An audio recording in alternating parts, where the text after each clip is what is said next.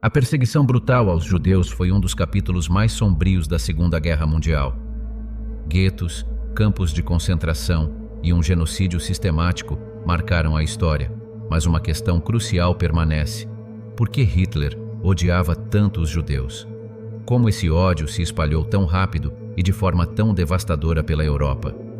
No vídeo de hoje, vamos mergulhar fundo nesse tema, explorando as verdadeiras origens desse antissemitismo e como ele levou a um dos maiores crimes contra a humanidade. E fique até o final, porque o plano de Hitler para exterminar os judeus teve uma consequência que ele jamais poderia imaginar e que mudou a história e impacta até hoje. Antes de começar, nossa meta é 1 milhão de inscritos. Parece muito, mas com a sua ajuda, chegamos lá. Se inscreva agora, deixe o like e faça parte dessa história. As raízes de Hitler. Adolf Hitler nasceu em 20 de abril de 1889, na pequena cidade de Braunau am Inn, localizada na Áustria, próximo à fronteira com a Alemanha.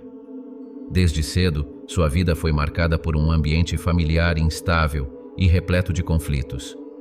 Seu pai, Alois Hitler, era um funcionário público rígido e autoritário que impunha uma disciplina severa sobre os filhos e demonstrava pouco afeto. Em contraste, sua mãe, Clara Hitler, era uma figura carinhosa e protetora, buscando amenizar os rigores do marido e proporcionar um ambiente mais acolhedor para Hitler e seus irmãos.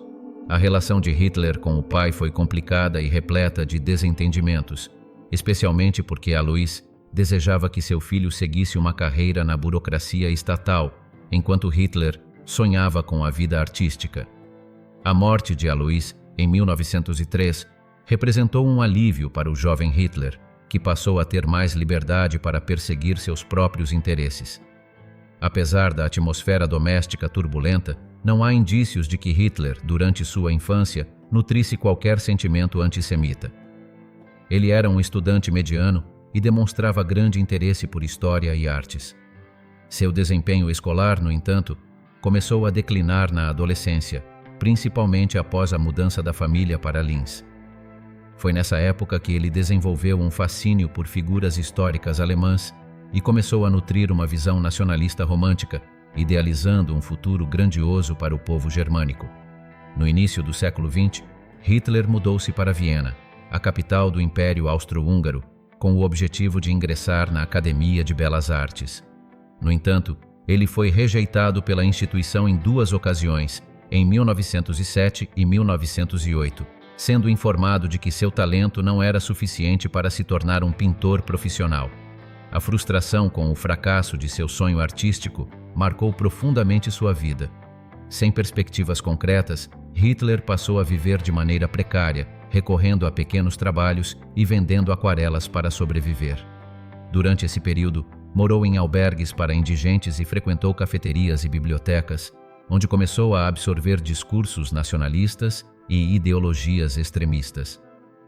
Viena era uma cidade cosmopolita e efervescente, com uma grande diversidade étnica e cultural.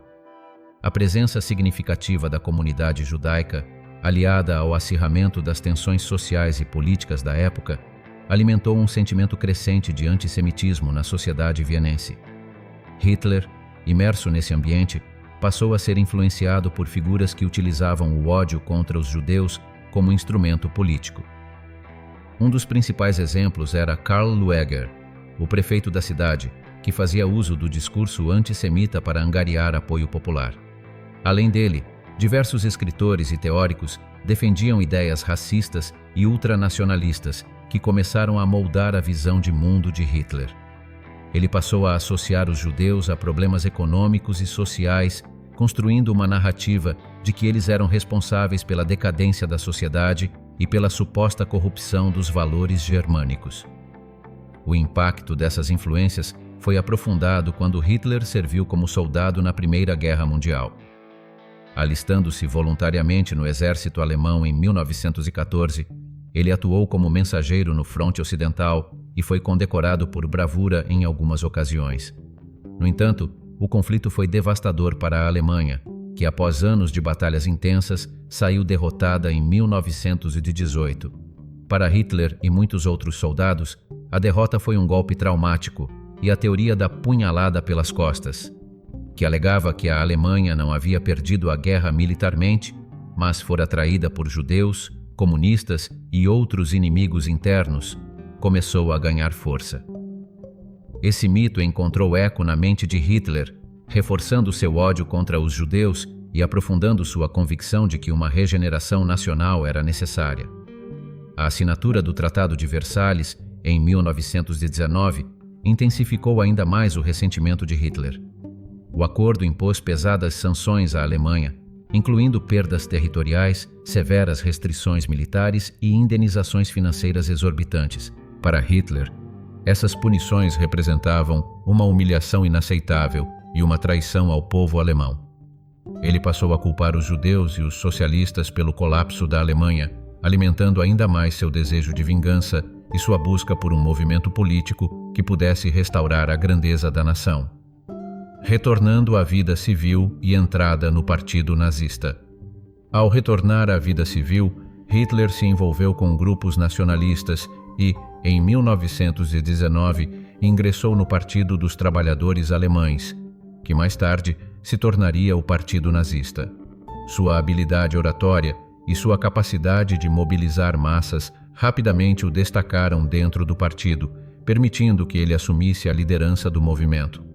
Durante os anos seguintes, ele passou a articular sua ideologia de forma mais explícita, combinando um discurso ultranacionalista com uma retórica fortemente antissemita. A crença na superioridade da raça ariana tornou-se um dos pilares fundamentais do nazismo. Hitler defendia a ideia de que o povo germânico deveria ser racialmente puro e livre de influências que considerava corruptoras. Os judeus foram retratados como inimigos internos, supostamente responsáveis por crises econômicas, pela degeneração cultural e pela instabilidade política.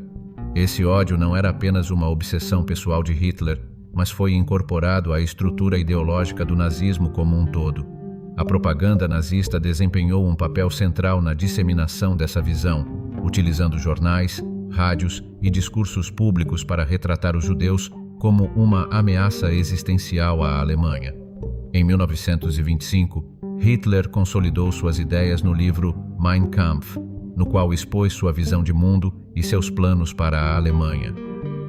O livro enfatizava a necessidade de um governo autoritário, a expansão territorial para garantir o chamado espaço vital, Lebensraum, e a erradicação da influência judaica na sociedade.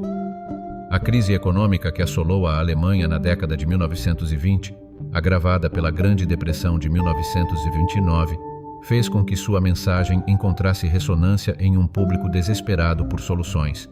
Gradualmente, Hitler conquistou um número crescente de seguidores, pavimentando o caminho para sua ascensão ao poder e a implementação de sua ideologia extremista. A trajetória de Hitler, marcada por fracassos pessoais, ressentimentos profundos e influências ideológicas radicais, ajudou a moldar um dos períodos mais sombrios da história da humanidade. Seu discurso encontrou terreno fértil em uma sociedade fragilizada e culminou na ascensão do Terceiro Reich, um regime que levaria o mundo a uma guerra devastadora e a um genocídio sem precedentes, como veremos durante o vídeo. O que você está achando do conteúdo? Você gosta desse tipo de vídeo? Então comente a frase "Quero mais histórias". Assim você nos incentiva a trazer mais assuntos históricos e ainda ajuda no engajamento do vídeo, ok? Também não esqueça de se inscrever no canal, de ativar o sininho para ser notificado assim que postarmos algo novo e deixe o seu gostei para o YouTube continuar te recomendando nossos vídeos. Seguiu todas as dicas? Então, vamos voltar para o tema de hoje. O começo do Holocausto. Em 1933, Hitler assumia o cargo de chanceler na Alemanha. No ano seguinte, ele uniria seu posto à presidência e receberia o título de Führer. Assim, de fato, começava um período sombrio para os judeus. Como já era de se esperar, Hitler era um verdadeiro ditador e logo começaria a perseguir seus opositores e os grupos étnicos que ele considerava como inferiores. Desde os primeiros anos do regime nazista, o governo de Adolf Hitler implementou um extenso sistema de campos de concentração, que, em sua fase inicial, serviam principalmente como locais de detenção para opositores políticos, dissidentes e grupos considerados indesejáveis pelo Estado. No entanto, com o avanço da Segunda Guerra Mundial e a radicalização das políticas nazistas, esses campos passaram a desempenhar um papel central na perseguição sistemática contra judeus, ciganos, comunistas, intelectuais poloneses, prisioneiros de guerra soviéticos e outras minorias. Embora a taxa de mortalidade nesses locais fosse extremamente alta, chegando a cerca de 50%, os campos de concentração não foram inicialmente concebidos como centros de extermínio em massa. Isso, no entanto, mudou drasticamente a partir de 1941, quando a solução final foi implementada. A partir de 1942, os nazistas construíram 6 grandes campos de extermínio na Polônia ocupada, projetados especificamente para assassinatos em grande escala. Esses campos, Auschwitz, Birkenau, Treblinka, Sobibor, Belzec, Chelmno e Majdanek, utilizavam câmaras de gás, fuzilamentos em massa e outras formas brutais de execução para exterminar milhões de pessoas, a maioria delas judias. Diferentemente dos campos de concentração tradicionais, onde os prisioneiros eram submetidos a trabalho forçado e condições desumanas que levavam à morte lenta, os campos de extermínio operavam com a eficiência de uma linha de produção, visando a eliminação imediata de grandes contingentes de vítimas. Após a invasão da Polônia em 1939 e a subsequente ocupação de grande parte da Europa Oriental, a rede de campos nazistas expandiu-se rapidamente. Estima-se que os alemães tenham estabelecido cerca de 15 mil campos e subcampos nos territórios ocupados, a maioria deles localizados no leste europeu, onde a população judaica era significativa. Novos campos foram erguidos estrategicamente em áreas de grande concentração de judeus, além de comunidades polonesas intelectuais, comunistas e ciganas. Até mesmo dentro das fronteiras da própria Alemanha, campos foram criados para acomodar o crescente número de prisioneiros que eram capturados, deportados e forçados a suportar condições brutais. O transporte dos presos era realizado em condições desumanas. Os deportados eram amontoados em vagões de carga, sem ventilação, comida ou água, e muitos morriam de exaustão, fome ou asfixia antes mesmo de chegarem ao destino. Aqueles que sobreviviam à viagem eram frequentemente submetidos a processos de triagem logo na chegada aos campos. Os mais fracos, doentes, idosos e crianças eram enviados diretamente para as câmaras de gás ou fuzilados. Os que eram considerados aptos ao trabalho eram condenados a uma rotina de trabalho forçado, fome extrema e violência constante. A política de morte pelo trabalho, Vernichtung durch Arbeit, foi um método deliberado de extermínio nazista. Os prisioneiros eram obrigados a realizar jornadas exaustivas de 12 a 14 horas, muitas vezes em indústrias de guerra, como na fabricação dos foguetes V2 usados pela Alemanha nazista. Trabalhavam em minas, fábricas de armamentos e projetos de infraestrutura, muitas vezes sem equipamentos adequados ou qualquer tipo de segurança.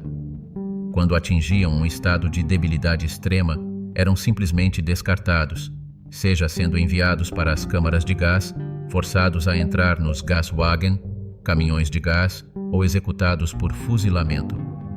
Para controlar e catalogar os prisioneiros, alguns campos de concentração, como Auschwitz, adotaram o uso de tatuagens numéricas como forma de identificação. Ao chegarem, os prisioneiros passavam por processos de registro que incluíam a raspagem dos cabelos e a substituição de suas roupas por uniformes listrados.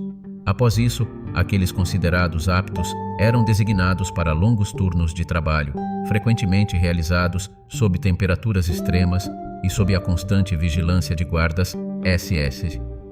Antes e depois dos períodos de trabalho, eram submetidos a intermináveis contagens e revistas que podiam durar horas. Nessas inspeções, não era incomum que prisioneiros desmaiados de fome ou frio fossem deixados para morrer onde estavam. Os campos nazistas tornaram-se um símbolo do terror e da brutalidade do Holocausto, onde milhões de vidas foram destruídas. Mesmo com o avanço dos aliados na fase final da guerra, Os nazistas tentaram esconder suas atrocidades, desmontando câmaras de gás e queimando documentos. No entanto, os horrores testemunhados pelos sobreviventes e documentados pelas forças libertadoras revelaram ao mundo a escala inimaginável dos crimes cometidos. O sistema de campos de concentração e extermínio nazista permanece como um dos capítulos mais sombrios da história da humanidade, um lembrete das consequências extremas do ódio, do racismo e da intolerância. As consequências do Holocausto. O impacto do Holocausto foi profundo e deixou marcas indeléveis na sociedade, tanto na Europa quanto no resto do mundo. Seus efeitos se estenderam para além das imensas perdas humanas, influenciando debates filosóficos e teológicos, manifestações artísticas e decisões políticas globais. A questão do destino dos sobreviventes tornou-se um dos grandes desafios do pós-guerra, contribuindo diretamente para o processo de criação do Estado de Israel, impulsionado pelo deslocamento forçado da população judaica e pela necessidade de um refúgio seguro para aqueles que haviam perdido tudo. O genocídio nazista deixou milhões de refugiados, muitos dos quais não tinham mais lares para onde retornar. Comunidades inteiras foram devastadas, e os poucos sobreviventes frequentemente enfrentavam hostilidade e antissemitismo persistente em seus países de origem. A princípio, os aliados pretendiam repatriar essas pessoas deslocadas, mas, diante da destruição de cidades e da resistência dos próprios sobreviventes em voltar, essa solução revelou-se inviável. Como resultado, cerca de 250 mil judeus permaneceram confinados por anos em campos de refugiados, onde aguardavam um destino incerto. A imigração para países ocidentais, como Estados Unidos e Canadá, continuava altamente restritiva, o que levou muitos sobreviventes a enxergar a Palestina como o destino mais viável. No entanto, a região era controlada pelo mandato britânico, que impôs severas barreiras à imigração judaica devido à oposição da população árabe local. Diante das dificuldades, redes clandestinas de migração foram organizadas por ex-combatentes judeus na Europa e pelo Haganah, na Palestina. Esse esforço ficou conhecido como Berihah e, apesar das restrições britânicas, conseguiu transportar aproximadamente 250 mil judeus para o território palestino. Com o fim do mandato britânico e a subsequente criação do Estado de Israel em 1948, muitos desses refugiados encontraram um lar na nova nação. Além disso, cerca de 80 mil sobreviventes foram acolhidos nos Estados Unidos, 136 mil se estabeleceram em Israel e outros 20 mil migraram para países como Canadá e África do Sul. Em 1952, os últimos campos de refugiados judeus foram oficialmente fechados, encerrando um capítulo doloroso da história do pós-guerra. A destruição causada pelo Holocausto não se limitou à perda de vidas, afetou profundamente a cultura judaica. Antes da Segunda Guerra Mundial, o Yiddish era falado por uma comunidade de aproximadamente 11 a 13 milhões de pessoas. Nos anos que antecederam o conflito, essa língua havia ganhado reconhecimento como um símbolo da identidade judaica na Europa, com um florescimento na literatura, no teatro e na imprensa, especialmente na Polônia. Contudo, com a perseguição nazista e o extermínio de cerca de 5 milhões de falantes de Yiddish, aproximadamente 85% das vítimas do Holocausto, essa cultura foi praticamente erradicada no continente. O assassinato sistemático de comunidades inteiras resultou no colapso do Yiddish como uma língua de alcance internacional, comprometendo sua continuidade como fator unificador da diáspora judaica. A magnitude do Holocausto também provocou reflexões profundas no campo da teologia. O evento levou muitos estudiosos e religiosos a questionarem a bondade e a justiça divina, reformulando antigos conceitos sobre o papel de Deus no mundo. A chamada teologia do Holocausto surgiu como uma tentativa de compreender o sofrimento extremo pelo qual o povo judeu passou. Dentro do pensamento judaico ortodoxo, algumas correntes interpretaram a tragédia como um castigo divino, enquanto outros rejeitaram completamente essa visão, argumentando que não havia explicação teológica capaz de justificar tamanha brutalidade. Para muitos, o Holocausto representou um desafio sem precedentes à fé, levando a uma crise espiritual que ecoa até os dias atuais. No campo das artes e da literatura, o impacto do Holocausto foi igualmente profundo. O filósofo Theodor Adorno expressou essa angústia ao afirmar que escrever poesia depois de Auschwitz é bárbaro. No entanto, a necessidade de testemunhar os horrores vividos deu origem a uma vasta produção literária e artística, tanto por parte de sobreviventes quanto de escritores e cineastas posteriores. Entre as obras mais impactantes estão os relatos de Elie Wiesel, A Noite, Primo Levi, É Isto um Homem?, Viktor Frankl, Em Busca de Sentido, e o Diário de Anne Frank, um dos documentos mais simbólicos do sofrimento judeu durante o período nazista. A poesia também se tornou um veículo de expressão, como no poema Todesfuge, de Paul Celan, que respondeu diretamente às reflexões de Adorno sobre a arte pós-Holocausto.